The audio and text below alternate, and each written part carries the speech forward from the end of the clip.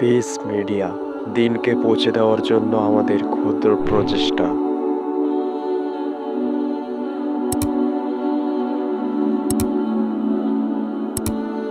চলতে থাকো, একদিন থামতেই হবে।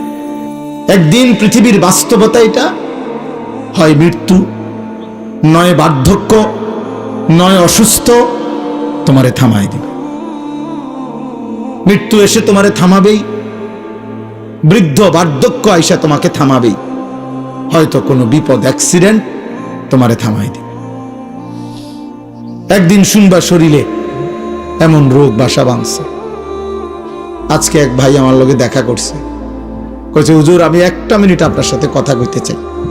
আমি চিনতাম তাকে, মোটরসাইকেল চালাইতো, ব্যবসা করত, সারাটা ক্যান্টনমেন্ট ঘুরত, সারাদিন পরিশ্রম করত।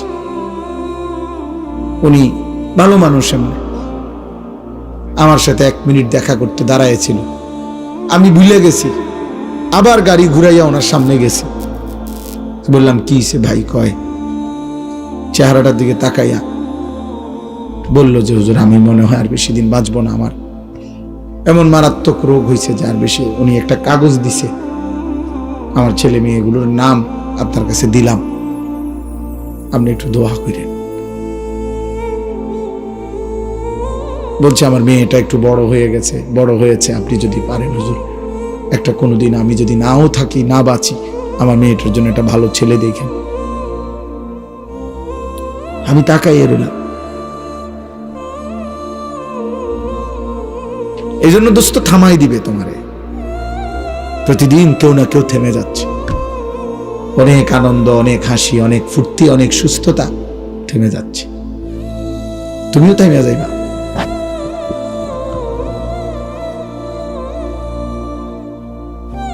তোমাদের চেহারা দেখেই বোঝা যায় বেনামাজ। তোমাদের চেহারা দেখেই বোঝা যায় চুল, চেহারা ইসলামের সাথে কোনো সম্পর্ক নেই।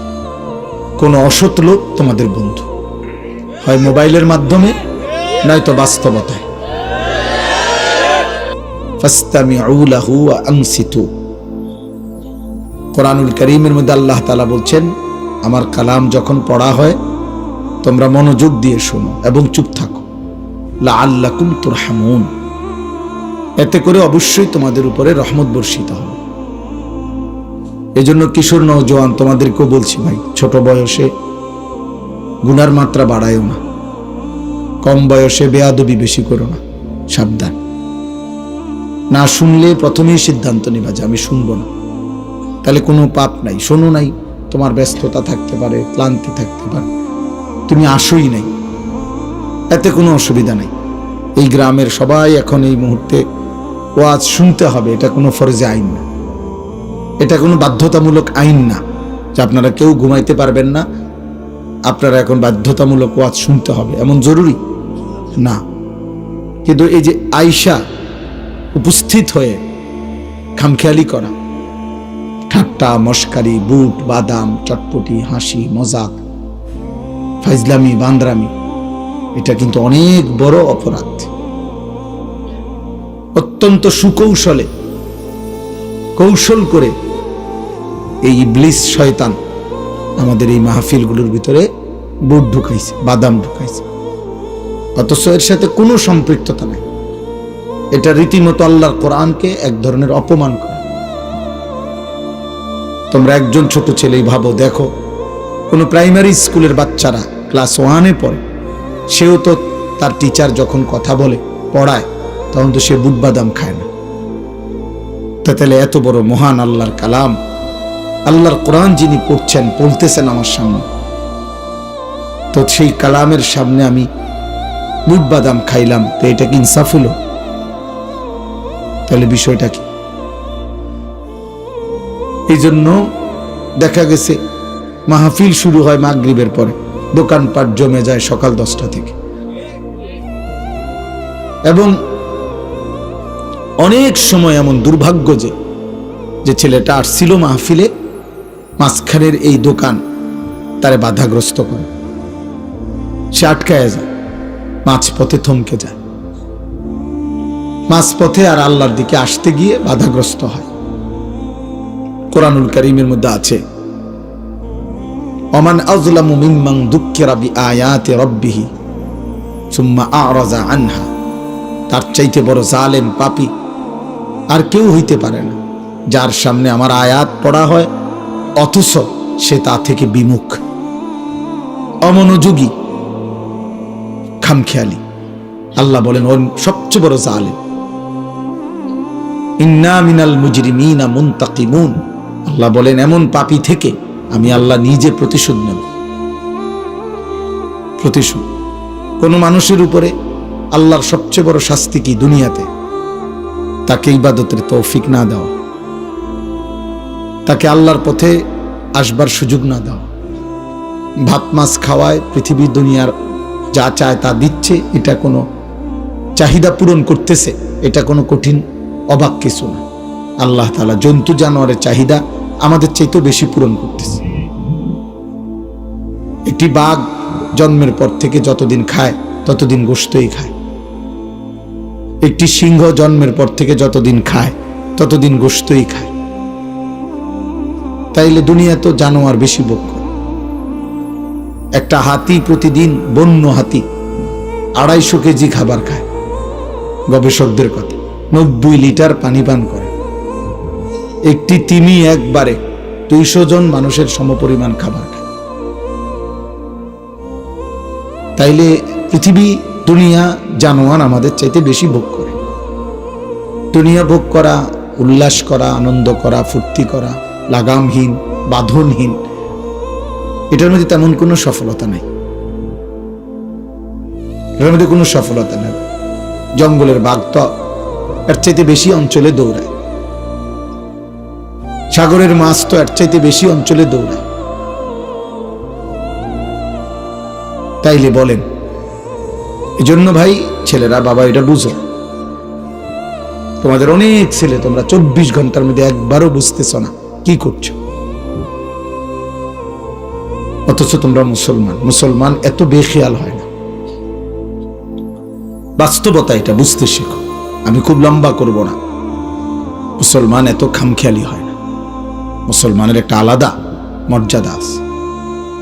আল্লাহ যাকে ইসলামের মতো দৌলত দিয়েছেন, ইমানের মতো সম্পদ দিয়েছেন, কালেমার মতো নিয়ামত দিয়েছেন, যে আল্লাহর নাম জানে, নবীর নাম জানে, যে লা ইলাহা ইল্লাল্লাহ পড়তে পারে, মুহাম্মাদুর রাসূলুল্লাহ বলতে পারে, আসমানের নিচে জমিনের উপরে আল্লাহ তাআলা তাকে সর্বশ্রেষ্ঠ নিয়ামত দিয়েছে।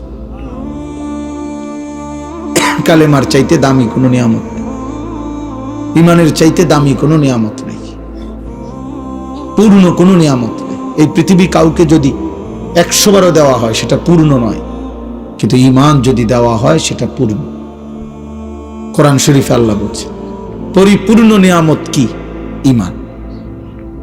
পরিপূর্ণ নিয়ামত কালেমা, পরিপূর্ণ নিয়ামত লা ইলাহা ইল্লাল্লাহ। এজন্য আল্লাহ যাকে ঈমান দিয়েছেন তাকে আল্লাহই দিয়েছেন, পছন্দ করেই দিয়েছেন। আল্লাহ যাকে ঈমান দেন নাই তার জন্য ঈমান নবীগণ পর্যন্ত চেয়েও নিতে পারেনি, পারে নাই। একটা ছেলে হলেও বুঝো, একজনই। আমি যেহেতু ব্যক্তিগতভাবে কোনো প্রার্থী না, আমার কোনো মার্কা নাই বা ভোটের কোনো প্রচারণা নাই, অতএব আমি সকলের সমর্থন জরুরি না, অনেক মানুষ শুনতে হবে এটাও জরুরি না। আল্লাহর কথা একজনকে বললেও নেকি হয়, সওয়াব হয়। আমার সওয়াব দরকার, আমার আখিরাত দরকার। এই জন্য এটা মনে রাখতে হবে, আল্লাহ যাকে ঈমান দেয় নাই, আল্লাহ যার ব্যাপারে সিদ্ধান্ত নিছেন ঈমান দেবে না, তার জন্য ঈমান নবীগণ পর্যন্ত চেয়েও নিতে পারেনি। আল্লাহ তাআলা এই কায়নাতের মধ্যে আল্লাহর সবচেয়ে প্রিয়জন, আপনজন, কলিজার টুকরা আমাদের নবী সাল্লাল্লাহু আলাইহি ওয়াসাল্লাম। সেই নবী, তার চাইতে বেশি প্রিয় আল্লাহর কাছে আর কেউ নেই, তার চাইতে বেশি মাহবুব আল্লাহর কাছে আর কিছু নাই, আর কেউ নাই। গোটা কায়নাতের সবচেয়ে আপন প্রিয় বন্ধু তিনি, কিন্তু সেই তিনি পর্যন্ত নবীজি সাল্লাল্লাহু আলাইহি ওয়াসাল্লাম উনার চাচা আবু তালেবের ঈমানের জন্য খুব কাকুতি মিনতি করছেন। খুব বেশি কাকুতি মিনতি করছেন, মৃত্যুর পূর্বে কাঁদছেন, অনেক বেশি অনুনয় বিনয় করছেন চাচারে কালেমা পড়াবার জন্য। আবু তালেবকে কুল লা ইলাহা ইল্লাল্লাহ কালিমাতান আশহাদু লাকা বিহা ইনদাল্লাহ, বুখারী riwayat। আল্লাহর নবী সাল্লাল্লাহু আলাইহি সাল্লাম চাচাকে বলছেন মৃত্যুর পূর্বে, কার চাচা একটাবার শুধু কালেমাটা পড়েন, একবার শুধু পড়ে দিলে কিয়ামতের দিন এই কালেমা নিয়ে আমি আপনার পক্ষে আল্লাহর কাছে সাক্ষ্য দেব। একটাবার বলেন,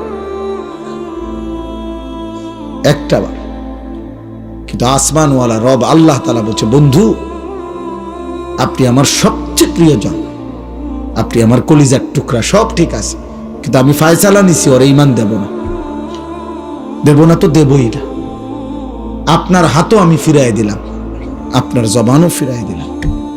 হাত্তা মাতা, আবু তালেবের মৃত্যু হলো কালেমা ছাড়া। তাহলে রাসূলুল্লাহ সাল্লাল্লাহু আলাইহি সাল্লামের চাইতে দামি আর কি? তিনি এত কাকুতি মিনতি করার পরেও আল্লাহ যাকে বলছে দেবে না, তার জন্য নবী পর্যন্ত ঈমান নিতে পারে না। হযরত ইব্রাহিম আলাইহিস সালাম উনি কি পরিমাণ কাকুতি মিনতি করছে, ওনার আব্বা মূর্তি পূজক আজর ওনার কালেমা পড়াইতে পারে নাই, আল্লাহ বলছে না দেব না। অথচ ইব্রাহিমকে বলছে আল্লাহ আপনিও আমার খলিল, ইব্রাহিম তুমিও আমার বন্ধু, বন্ধু ঠিক আছে ঈমান দেব না তোমার আব্বারে। দেয় নাই তো দেয় নাই। নূহ আলাইহিস সালাম 950 বছর কালেমার দাওয়াত দিয়েছেন, 950 বছর একটা না। আজ আমাদের ওয়াজের বয়স 21 বছর আমার, এখন আর ক্লান্তিতে শরীর চলে না, কোনোভাবেই আর জান চলে না। মানে মাঝে মাঝে মন চায় রাস্তাত শুয়ে যাই, ক্লান্তিতে আর ভাল লাগে না। কোনো কিছুই খানা খাদ্য ঘুম তৃপ্তির সাথে কুলাইতে পারি না এখন আর। এই 21 বছরেই কোমর ব্যথা হয়ে গেছে, এই 21 বছরেই চোখে ছোট লেখা কম দেখি, এই 21 বছরে গলায় ভীষণ, আমার গলায় এই পর্যন্ত 2বার অপারেশন হয়েছে, পূর্ণ অপারেশন আমার গলায়, 2বার অপারেশন করছি আমি। প্রতিদিন রাত্রে ট্যাবলেট খাই এই গলার জন্য, প্রেশারের জন্য, প্রত্যেক দিন। তাইলে ভাই 950 বছর এবার যিনি দিবা নিশি আল্লাহর কথা বলছে, কি মেহনত করছেন, কি ধৈর্য আল্লাহ উনারে দিছেন, কি পরিমাণ সবর উনি করছেন। 950 বছর কি খামখেয়ালি কথা? কিন্তু 950 বছরের সেই নবী নূহকে পর্যন্ত আল্লাহ বলছে, নূহ তোমার সন্তান কেনান ওর ঈমান দেব না।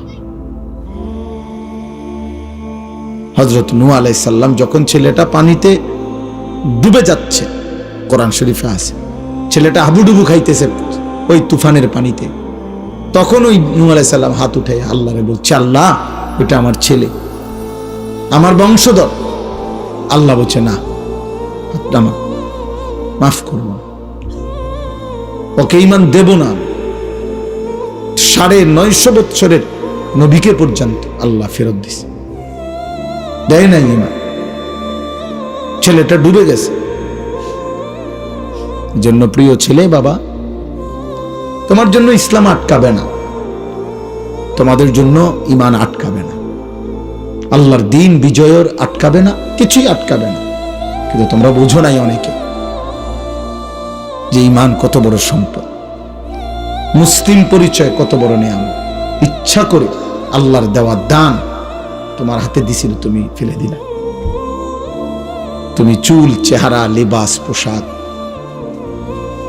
আখলাক, চরিত্র, অসভ্যতা, নোংরামি, উলঙ্গতা, বেহায়াপনা, জিনা, বেবিচার, মদ, জুয়া, অশ্লীল ছবি, নারী, এক ওয়াক্ত নামাজ না পড়ে সেজদাবিহীন চেহারা দিয়ে তুমি প্রত্যাখ্যান করলে, আল্লাহকে ফিরাই দিলা। তোমার কালেমা তুমি নাও, তুমি দিলা কেন আমার মুসলমান পরিচয়? আমার এটা ভাল লাগে না, বেঈমান আমার পছন্দ, মুশরিক আমার পছন্দ, সিনেমার নর্তকী আমার পছন্দ, মনে রাখো আব্বা, কোরআনুল কারীমের মধ্যে আল্লাহ তাআলা স্পষ্ট ফয়সালা দিয়েছে। আল্লাহ তাআলা বলছেন, পরিষ্কার আল্লাহর সিদ্ধান্ত,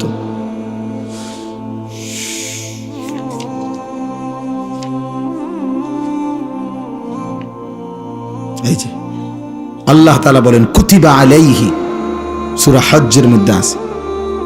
আল্লাহ বলেন এটা আমি আল্লাহ তাআলার ফয়সালা, সিদ্ধান্ত করে দিলাম, লিখে দিলাম।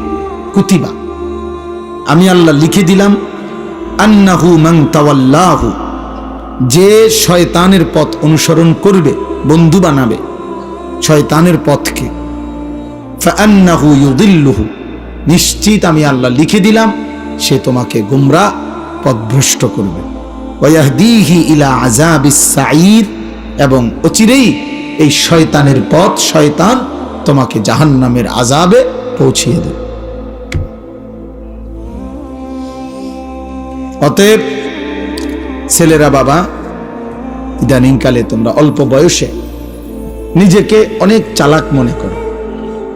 16, 17 বছর, 18 বছর বয়সে অনেক বুদ্ধিমান হয়ে গেছো তোমরা এত কম বয়সে নারী ছবি, অশ্লীল দৃশ্য, উলঙ্গ ছবি, জিনা, ব্যভিচার, অনলাইনে জুয়া, মদের নেশা, জুয়ার নেশা এবং বন্ধুদের অসৎ চরিত্রহীন আড্ডা, এর মধ্যে থেকে একটা মূল কারণ হলো তোমাদের দিলের মধ্যে আছে যে আমাদের জন্য কেউ নাই, কেউ বাধা দিবে এমন হিম্মত আমাদের সমাজে আমাদের কারো নাই।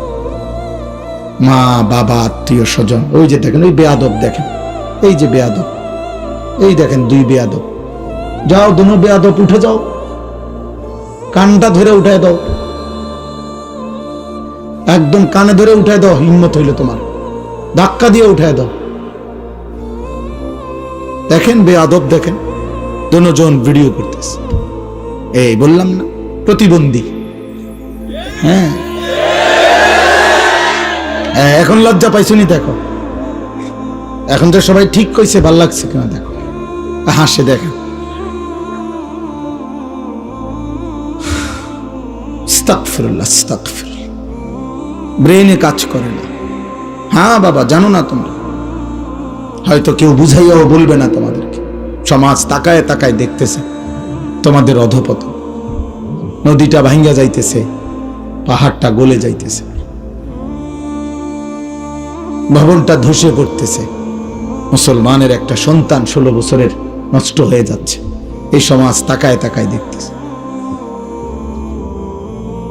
মুসলমানের একটা 18 বছরের ছেলে চরিত্রহীন হইতে হইতে পচে যাচ্ছে, এই সমাজ তাকায় তাকায় দেখতে।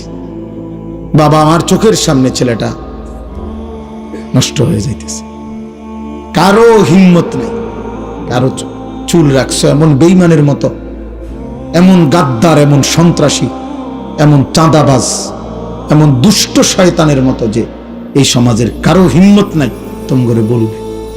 কারণ চুল দেখলেই তো ভয় হয় যে এটা জঙ্গলি জানোয়ার নাকি মানুষ। চলো আব্বা, মনে রাখো, চলতে থাকো, একদিন থামতেই হবে। একদিন পৃথিবীর বাস্তবতা এটা, হয় মৃত্যু, নয় বার্ধক্য, নয় অসুস্থ, তোমারে থামাই দেবে। মৃত্যু এসে তোমারে থামাবেই, বৃদ্ধ বার্ধক্য আইসা তোমাকে থামাবেই, হয়তো কোনো বিপদ, অ্যাক্সিডেন্ট তোমারে থামাই দেবে। একদিন শুনবা শরীরে এমন রোগ বাসা বাঁধছে। আজকে এক ভাই আমার লগে দেখা করছে, কইছে হুজুর আমি 1 মিনিট আপনার সাথে কথা কইতে চাই। আমি চিনতাম তাকে, মোটরসাইকেল চালাইতো, ব্যবসা করত, সারাটা ক্যান্টনমেন্ট ঘুরত, সারাদিন পরিশ্রম করত। উনি ভালো মানুষ, এমন আমার সাথে 1 মিনিট দেখা করতে দাঁড়াইছিল। আমি ভুলে গেছি, আবার গাড়ি ঘুরাইয়া ওনার সামনে গেছি, বললাম কি সে ভাই? কয় চেহারাটার দিকে তাকাইয়া বলল যে হুজুর আমি মনে হয় আর বেশি দিন বাঁচব না, আমার এমন মারাত্মক রোগ হয়েছে যে আর বেশি। উনি একটা কাগজ দিছে, আমার ছেলে মেয়েগুলোর নাম আপনার কাছে দিলাম, আপনি একটু দোয়া করেন। বলছে আমার মেয়েটা একটু বড় হয়ে গেছে, বড় হয়েছে, আপনি যদি পারেন হুজুর একটা কোনোদিন আমি যদি নাও থাকি, না বাঁচি, আমার মেয়েটার জন্য একটা ভালো ছেলে দেখেন। আমি তাকাইয়ে রইলাম। এই জন্য দোস্ত থামাই দিবে তোমারে। প্রতিদিন কেউ না কেউ থেমে যাচ্ছে, অনেক আনন্দ, অনেক হাসি, অনেক ফুর্তি, অনেক সুস্থতা থেমে যাচ্ছে। তুমিও থেমে যাইবা।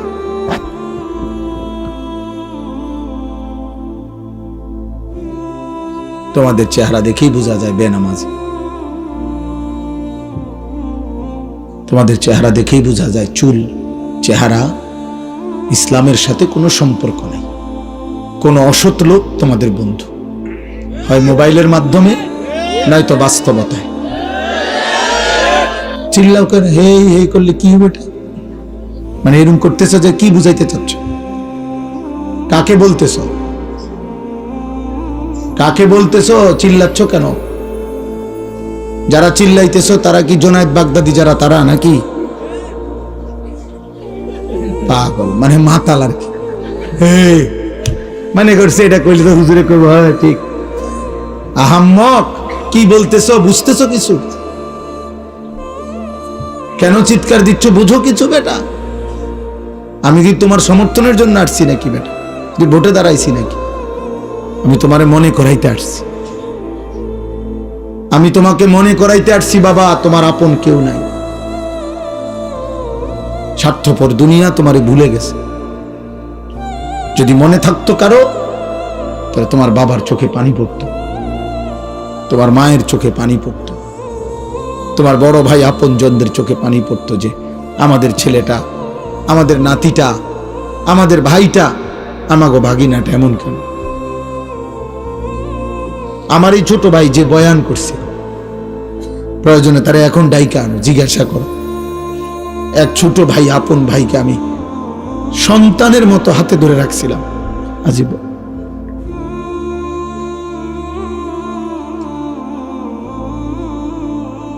হ্যাঁ, জীবন চলার পথে নজর রাখছে আমার বড় ভাই আলহাজ হযরত মাওলানা মাহবুবুর রহমান আশরাফি, এই যে চান্দিনা আলামিন কামিল মাদ্রাসার এখন ভারপ্রাপ্ত প্রিন্সিপাল, তো আমার আপন বড় ভাই। উনি আমারে কুলে কইরা মাদ্রাসায় যখন আমারে দিয়ে আসতো আগে ছোটবেলায়, তখন আমারে কোনোদিন উনি সিটে বইতে দেয় নাই। সিট না নিয়া, মানে সিটে নিতে পারতো, ভাই আমার আদর করে কোলে করে আমার মাদ্রাসায় দিয়ে আসছে। এত আদর করছে, এত নজর রাখছে।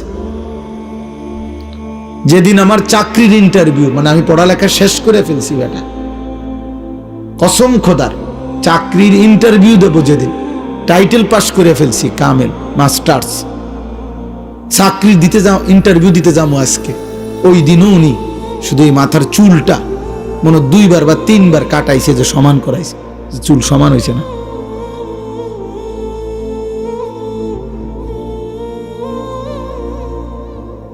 এত সোজা না আব্বা, জীবন অনেক লম্বা। মানুষের জীবনের কোনো শেষ নেই, মৃত্যু মানে শেষ না। মানুষ কখনো শেষ হয় না, কোনোদিন শেষ হবে না মানুষের। যার একবার জন্ম হয়েছে তার আর শেষ নাই, মৃত্যু আছে, শেষ নেই। মৃত্যু আর শেষ এক কথা না। তার মৃত্যু হয়েছে ঠিক, এটা সঠিক, কিন্তু মৃত্যু মানে স্থানান্তর। এবার সে কবরে গেছে, কবর মানেও শেষ না। এবার সে আবার হাসরের ময়দানে উঠবে, হাসরের ময়দানও শেষ না। এবার সে মিজানের পাল্লার সামনে ওজনের জন্য যাবে, এখানেও শেষ না। এবার সে ফুলসিরাত পার হইতে হবে, এখানেও শেষ না। হয় তাকে জান্নাতে যেতে হবে, না জাহান্নামে যেতে হবে। জান্নাতেও চিরস্থায়ী, জাহান্নামেও চিরস্থায়ী। তাইলে শেষ হলো কই?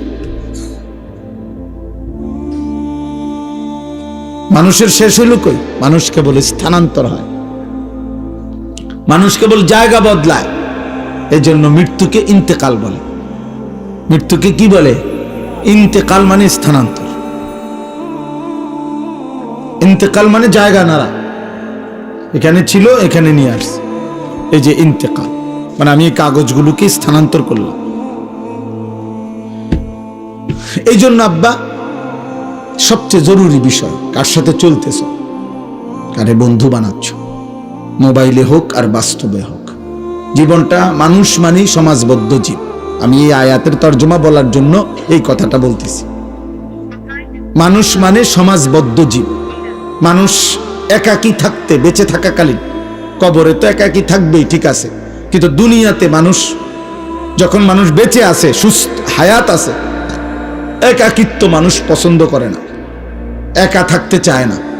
মানুষের স্বভাবজাত এটা ধর্ম যে সে কারো না কারো সঙ্গী হয়, কারো না কারো সঙ্গে থাকে, একাকিত্ব পছন্দ করে না। একাকিত্ব, বেঁচে থাকাকালীন একাকিত্ব, এটা অনেক বড় মুসিবত। কয়েক বছর আগে, 5-7 বছর আগে একবার এক বড় শিল্পপতি পত্রিকায় সবখানে অনলাইনে আসছিল যে উনি হাজার হাজার কোটি টাকার মালিক, কিন্তু পরিবারের সবাই তার থেকে বিচ্ছিন্ন হয়ে যাওয়ার কারণে একাকিত্বের যন্ত্রণায় লাইভে একেবারে প্রকাশ্যে নিজের মাথার মধ্যে নিজেই পিস্তল দিয়া গুলি করে নিজেকে নিজে হত্যা করছে। এই বাংলাদেশে আত্মহত্যা করছে, শুধু এই দুঃখে যে আমার সব থেকেও কিছুই নাই, কারণ আমার আপনজনরা কেউ আমার পাশে নেই। একাকিত্বের যন্ত্রণায় আত্মহত্যা করে মরে গেছে। আত্মহত্যা। ইউরোপে, আমেরিকায় হাজার হাজার মামলা কোর্টে, এই কারণে যে এই ভাই কথা কইও না ভাই, কথা, চলে যাও ভাই, দোস্ত চলে যাও, আব্বা অনেক রাত হয়েছে, ফাইজলামি করো না আব্বা, উঠে যাও, রাত হয়েছে, গিয়ে ঘুমাও বাবা। আবারও হাসে, তোমারে চলে যাইতে বলছি, যাও গা আব্বা। আমি বললাম তো, আমি তো ভোটের জন্য আসছি না তোমার, তুমি একজন কম হইলে কিচ্ছুই তো না। সাবধান, আমি নজর রাখি, এটা আমার সারা জীবনের অভ্যাস, 21 বছরের অভ্যাস, এবং সদর বদর মানুষ আমার নজরে পড়ে, এটা সবাই জানে। আমার ছাত্ররাও, আমার ছাত্র জীবন, শিক্ষকতার জীবন, উল্টাপাল্টা মানুষ আমার নজরে পড়ে। আমার কথা হইলে আমার কোনো আপত্তি নেই, আমি একজনকে বললেও আমার কোনো অসুবিধা নেই। আমার এই মনে কয়েকজন শ্রোতা আছে, চেহারা চিনি যাগর, এরা 2-4 জন শুনলো কিচ্ছু তো, এটা লোক কম হয়েছে, তো লোক কম হয়েছে কি হয়েছে, লোক বেশি হলে কি হয়েছে, গুনা মাফ। আমার মনে করেন লোক বেশি হয়েছে, তো আমার কবর রাজার মা, তো তাই বেশি লোক দিয়ে করবো কি? আমি তো ভোটেও দাঁড়াইছি না, তো আমি দিয়ে কর্মীটা কি বলেন? আমি জনপ্রিয়তা দিয়া কর্মীটা কি? আমি তো 50,000 লোকও দেখছি মাহফিলে আমার বয়ানের সময়, আমি 7 জন মানুষও দেখছি, 4 জন গুণা, আমি সব 5 জন। হ্যাঁ হ্যাঁ, আলহামদুলিল্লাহ, আমি বয়ান করছি। একটা সময় আমার এমনও গেছে আগে, খালাস,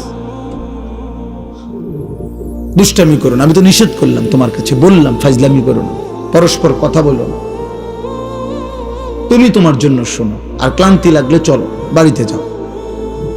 আমি তো অনুমতি দিছি, খুব দ্রুত সুশেষ করতে চাচ্ছি। তাইলে আমার বলার উদ্দেশ্য হলো, একাকিত্ব যন্ত্রণাময়, মানুষ কারো না কারো সঙ্গী হয়, প্রত্যেক কাজে মানুষ সঙ্গী খোঁজে, আরেকজন কাউকে খোঁজে। এই যে স্বামী স্ত্রী, এটা একটা সঙ্গ, তারা 2 জন একজন আরেকজনের সঙ্গী। আল্লাহ কোরআনে বলছে, হুন্না লিবাসুল লাকুম ওয়া আনতুম লিবাসুল লাহুন্না। স্ত্রী তোমাদের পোশাক, তোমরা স্ত্রীদের পোশাক। পোশাক যেমন জড়িয়ে রাখে শরীরের সাথে, তুমি তোমার বিবিকে জড়িয়ে রাখবে, বিবি তোমাকে জড়িয়ে রাখবে, অর্থাৎ 2 জনে মিলে থাকবে। এইভাবে জীবন চলার পথে আল্লাহ তাআলা মানুষকে জোড়ায় জোড়ায় সৃষ্টি করেছেন। ওয়া খালাকনাকুম আজওয়াজা, আল্লাহ বলেন আমি তোমাদেরকে সৃষ্টি করেছি জোড়ায় জোড়ায়, নারী পুরুষ জোড়ায় জোড়ায়। সোজা কথা, সুবহানাল্লাযী খালাকাল আজওয়াজা কুল্লাহা। এই যে আল্লাহ বলেন, ওই আল্লাহর প্রশংসা যিনি সব কিছুকে, এই সৃষ্টি কুলে প্রত্যেক কিছুতেই আল্লাহ তাআলা বলেছেন আজওয়াজ, এই জোড়ায় জোড়ায় সৃষ্টি করেছেন। কি এর লগে কি জোড়া সব বিজ্ঞানীরাও জানে না, আমরাও জানি না, কিন্তু আসমানওয়ালা সব জানে। আসমানের জোড়া কি, জমিনের জোড়া কি, এটা মালিক জানে। সূর্যের জোড়াটা কি, চাঁদের জোড়াটা কি, এটা আপনাদের সব আমারে আপনারে আল্লাহ কইতেইব, কাম করে জিগাইয়ে নিয়ে আল্লাহ দুনিয়া চালায়, কথা বলে না কেন? তো আম করে সব বলতে হবে? এটা তো জরুরি না, জরুরি নয়, কিন্তু প্রত্যেক জিনিসের মধ্যে এই জোড়া আছে। তাহলে সঙ্গ, সাহচর্য, সান্নিধ্য, সংস্পর্শ, কারো সাথে থাকা, চলা, জীবন চলায়, এটা মানুষের একটি ফিতরাত, স্বভাবজাত ধর্ম, মানুষের সৃষ্টিগত একটি অভ্যাস। মানুষ একা থাকতে অপছন্দ করে। এই কারণে ইসলামের মধ্যে এটা একটা গুরুত্বপূর্ণ বিষয় যে তুমি যাকে সঙ্গী বানাবা, যেই কোনো ক্ষেত্রে অবশ্যই তুমি নজর রাখবা কাকে সঙ্গী বানাচ্ছ। আল্লাহ নবী সাল্লাল্লাহু আলাইহি ওয়াসাল্লাম বলছেন, আল মারউ আলা দীনি খলিলিহি ফালইয়ানজুর আহাদুকুম মান ইউখালিলু।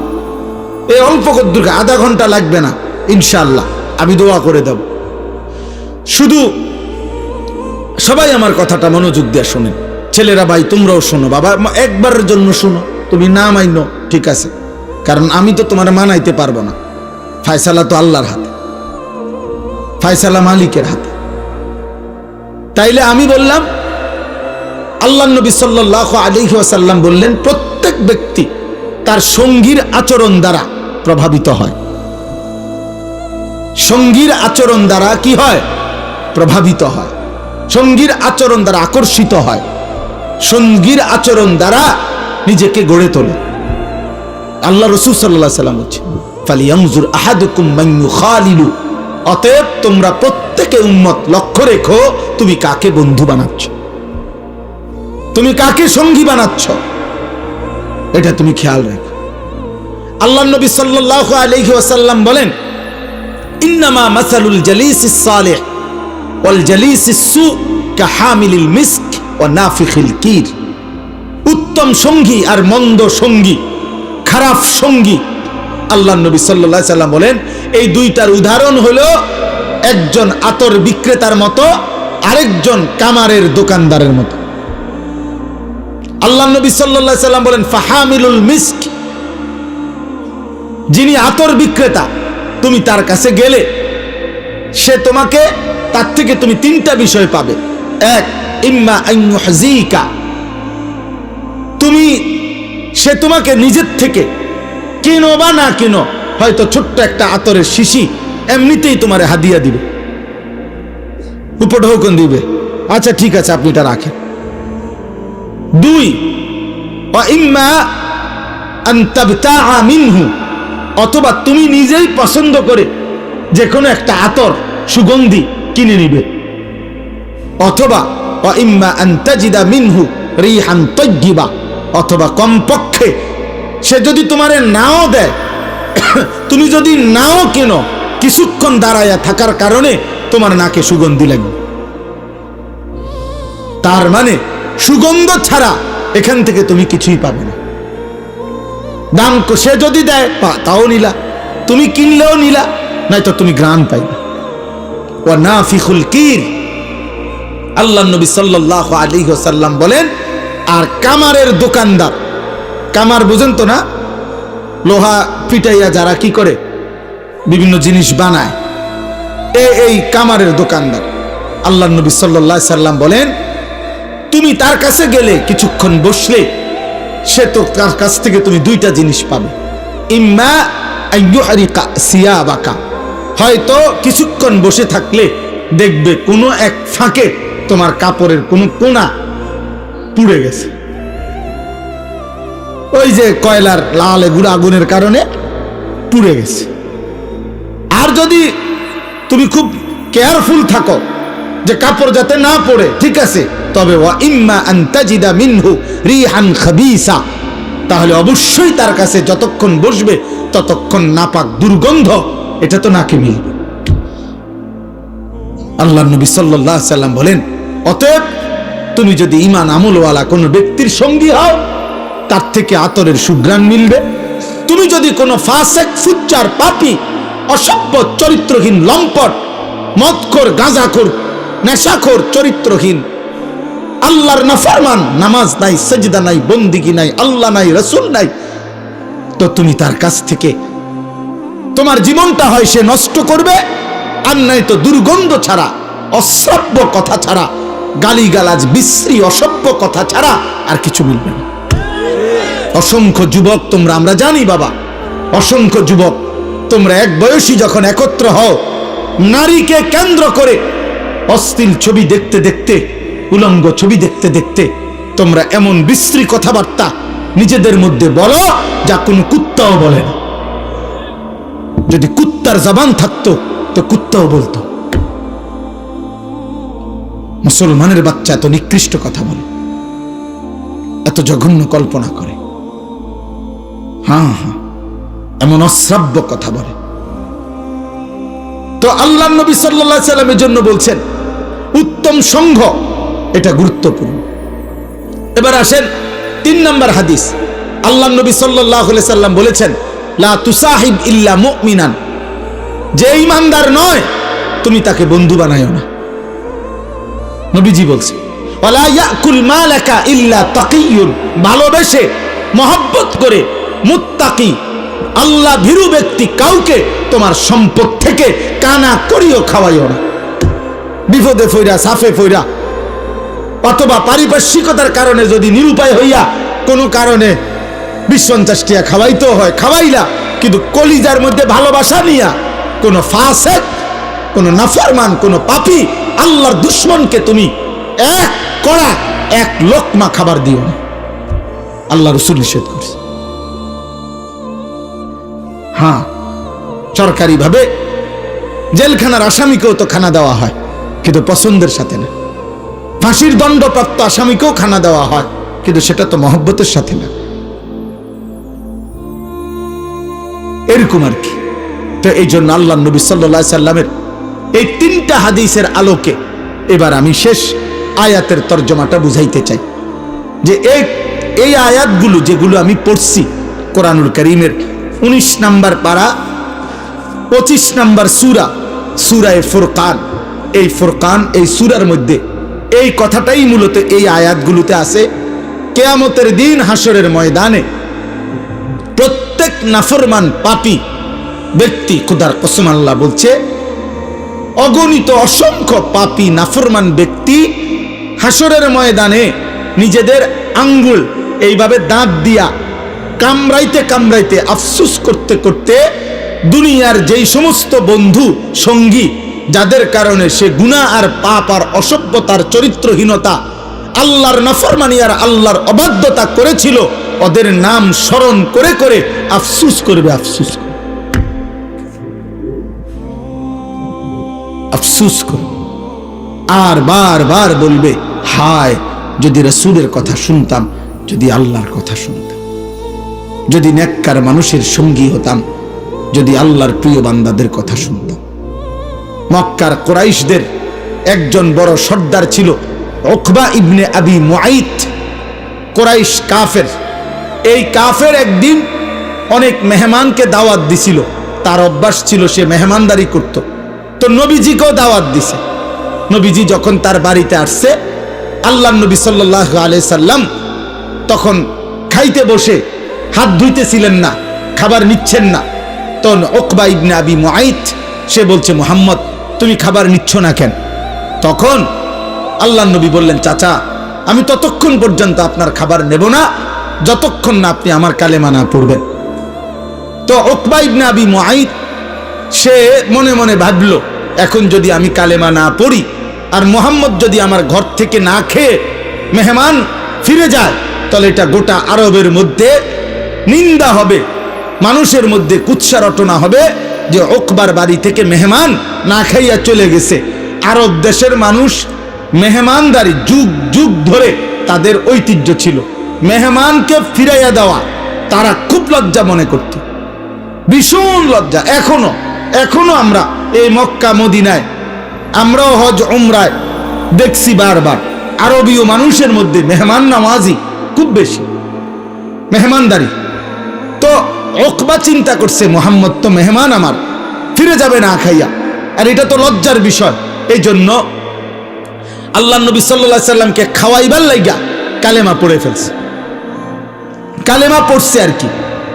নবীজি খাইছেন, তো নবীজি খাওয়ার পরে নবীজি সাল্লাল্লাহু আলাইহি সাল্লাম যখন চলে গেলেন, এই তখন এই উকবা ইবনে আবি মুআইতের বন্ধু উবাই ইবনে খালফ, উবাই এই কাফের সর্দার, আরেকটা বেঈমান, এই বেঈমানে তারে ধরছে যাইতা।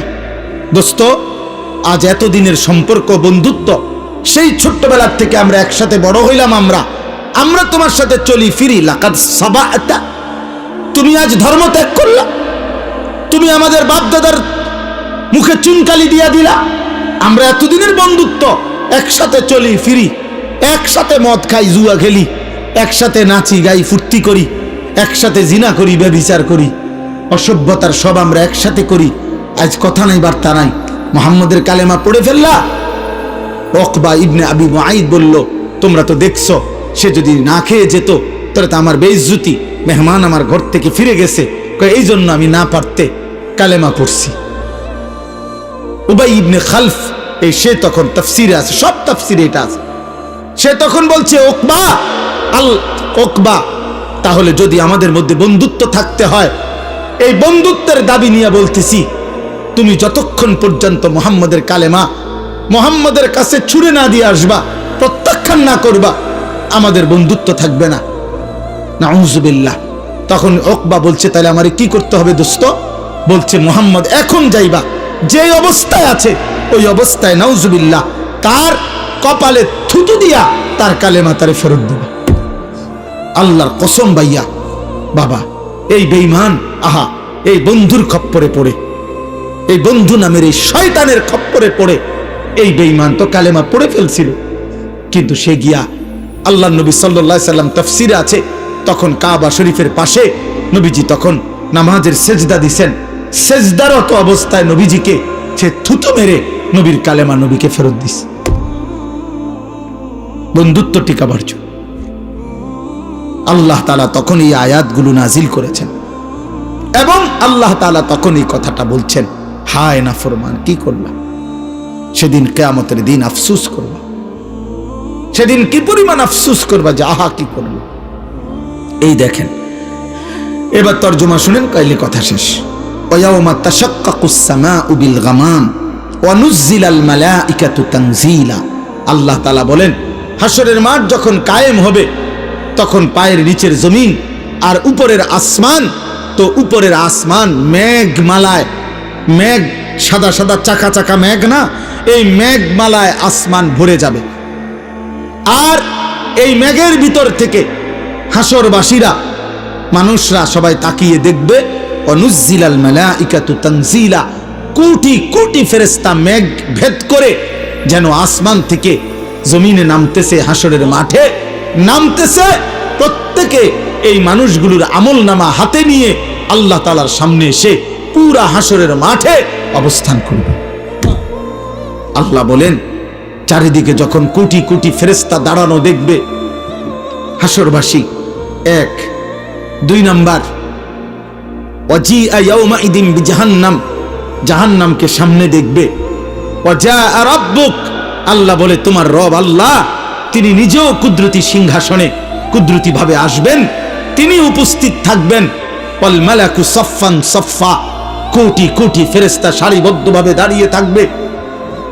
এই সময়ের হাসরের ময়দানের এই চারদিকের দৃশ্য দেখে আল্লাহ তাআলা বলেন, ওয়া কানা ইয়াউমান আল মুলকু ইয়াউমাইযিনিল হাক্কু লির রহমান, সেদিন একমাত্র মালিকানা, সেদিন একমাত্র সিদ্ধান্ত দেওয়ার ক্ষমতা, একমাত্র ফয়সালা, বাদশাহী সত্যিকার ভাবে শুধুমাত্র আল্লাহর জন্য থাকবে। আল্লাহ বলেন, ওয়া কানা ইয়াউমান আলাল কাফিরিনা আসীরা, হায় সেদিন নাফরমান পাপী আল্লাহর বেঈমান দুশমন বান্দাদের জন্য বড় কঠিন।